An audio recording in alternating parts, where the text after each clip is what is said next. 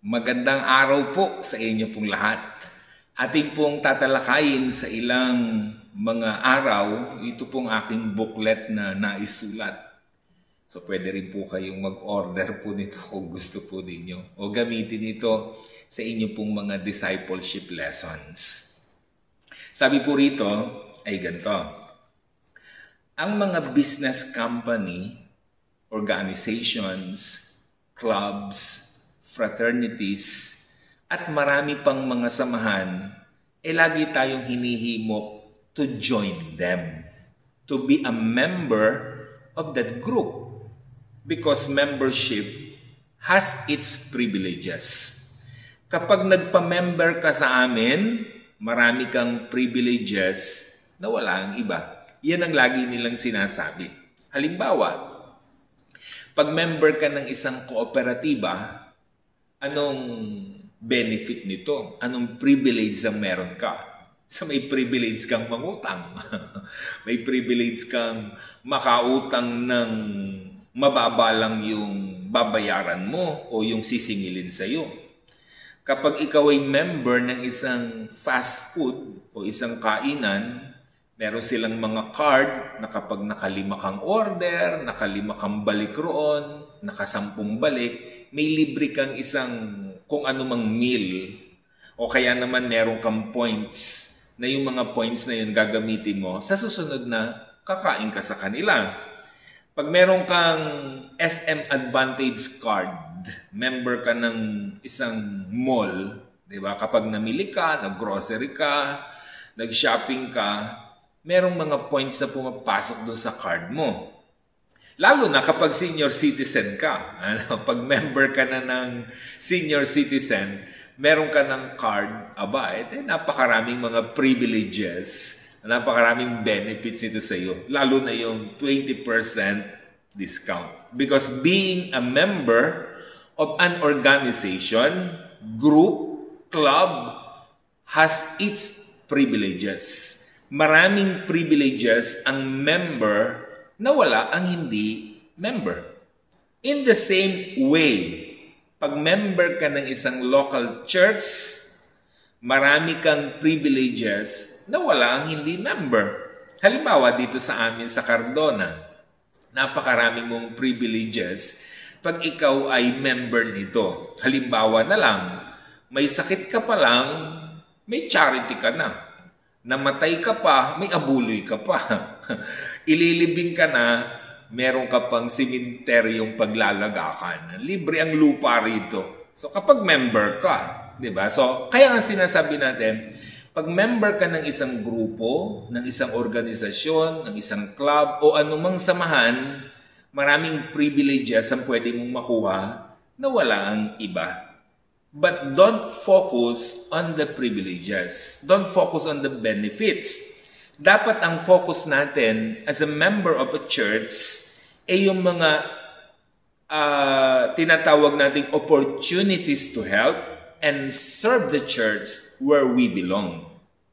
Mas hinahanap natin kung paano tayo makakatulong, paano tayo makapaglilingkod, hindi yung kung anong pwede nating makuha dun sa church na kinabibilangan natin. So hindi naman yun ang focus natin. Bagamat, bahagi yun. Pag member ka ng isang church, isang local church, maraming privileges. Pero hindi yun ang tinitignan natin. Ang tinitignan natin, yung pagkakataon na tayo ay magamit, makapaglingkod para sa ating pong Panginoon. What is church membership?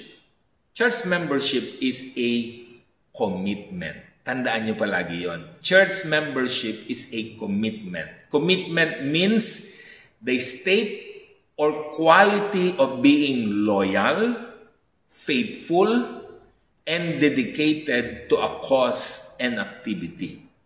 Kaya ang isang member ng isang organisasyon, ng isang samahan, lalo na ng isang church, dapat loyal ka, faithful, and dedicated.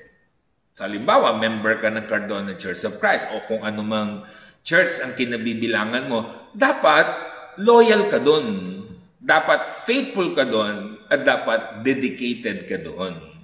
Kaya ang goal natin as a member of the church is not just to be a member, kundi ang goal natin is maging committed member tayo. O, tatandaan niya yan, ha? Dapat yan ang goal mo, maging committed member ka. Committed, hindi committed. Marami kasing church member, mga kumikitid, hindi mga committed. So dapat mga committed tayo sa church where we belong. Marami kasing Kristiyano, mga kumikitid ang utak. Laging nagtatampo, laging nawawala, laging nagwawala. Kumikitid ang pasensya. Lagi na lang may away at gulo sa iglesia kasi mga kumikitid ang isip. So dapat mga committed, hindi committed, ha? Sabi ng 2 Korinto 8:5, ibinigay nila ang kanilang sarili una sa Panginoon at pagkatapos ay sa amin, ayon sa kalooban ng Diyos. So nakita niyo yung ginawa ng Macedonian churches, ibinigay nila. Meaning, commitment yun.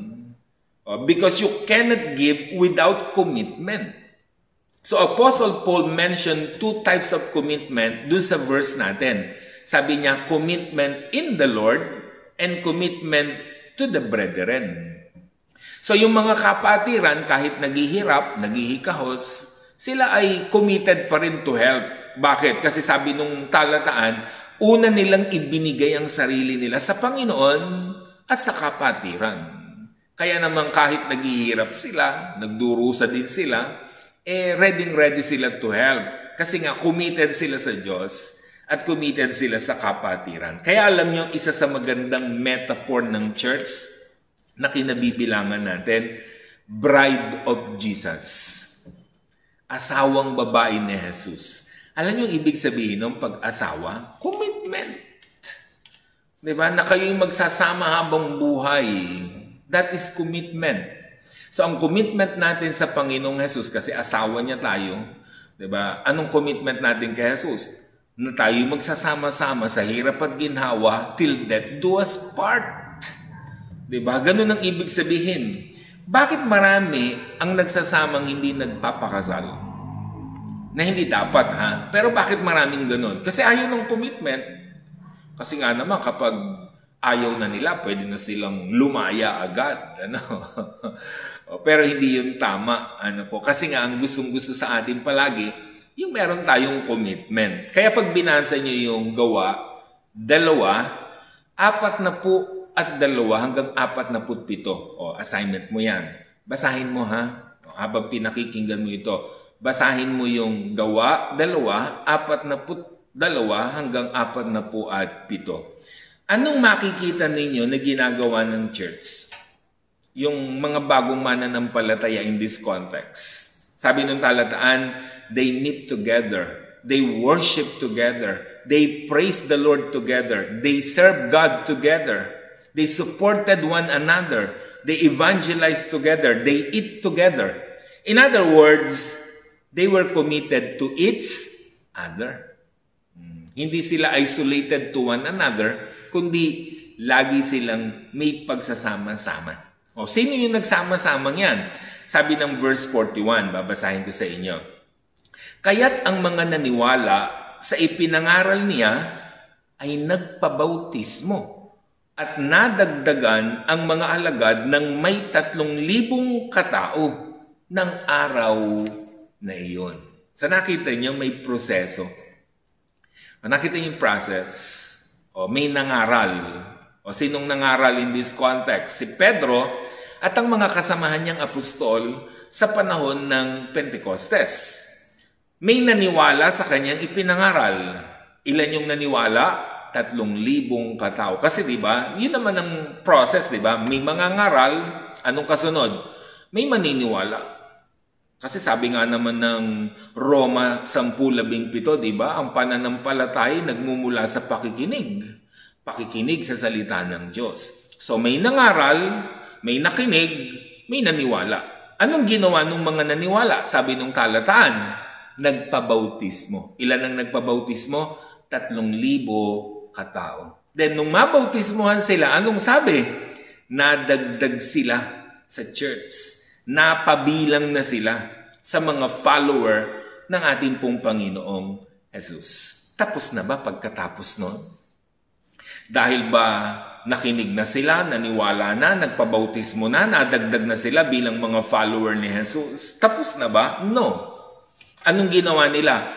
Nag-commit sila ng kanilang sarili sa ating pong Panginoon. Saan nila ikinumit ang sarili nila? Sabi ng verse 42, inilaan nila ang kanilang mga sarili. That is a commitment. Inilaan. Ano raw ang inilaan nila? Ang sarili nila. Saan? Sabi niya, upang matuto sa turo ng mga apostol, magsama-sama bilang magkakapatid, magsalo-salo sa pagkain ng tinapay, at sa pananalangin.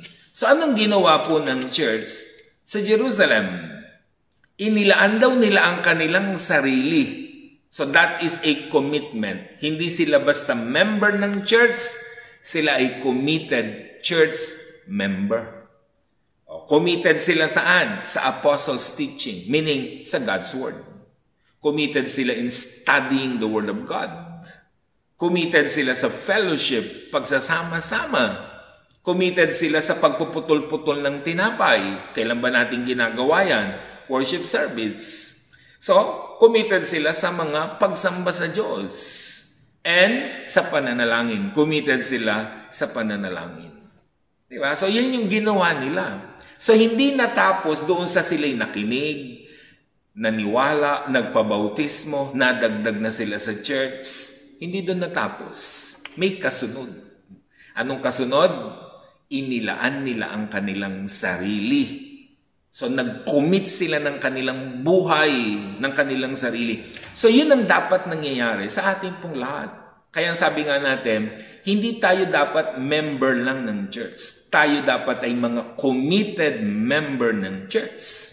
At saan dapat natin ikinukomit ang sarili natin as a member of our local church na kinabibilangan natin? Una, sa salita ng Diyos, sa apostles' teaching, sa turo at aral ng salita ng Diyos. Pangalawa, sa ating mga pagsasama-sama. Kung ikaw ay kabataan, dapat umaattend ka ng mga youth gatherings ninyo. Kung ikaw ay kalalakihan, dapat umaattend ka sa kalalakihan gatherings. Kung kababaihan ka, umaattend ka ng mga kababaihan gatherings. So dapat ganun ang ginagawa natin. Hindi yung wala kayong ginagawa. Tuwing linggo lang kayo. Dapat nakikifellowship kayo sa inyong mga kasamahan. Diba? At sa pagpuputol-putol ng tinapay, meaning pagsamba, ginagawa natin yan every Sunday at sa mga pananalangin.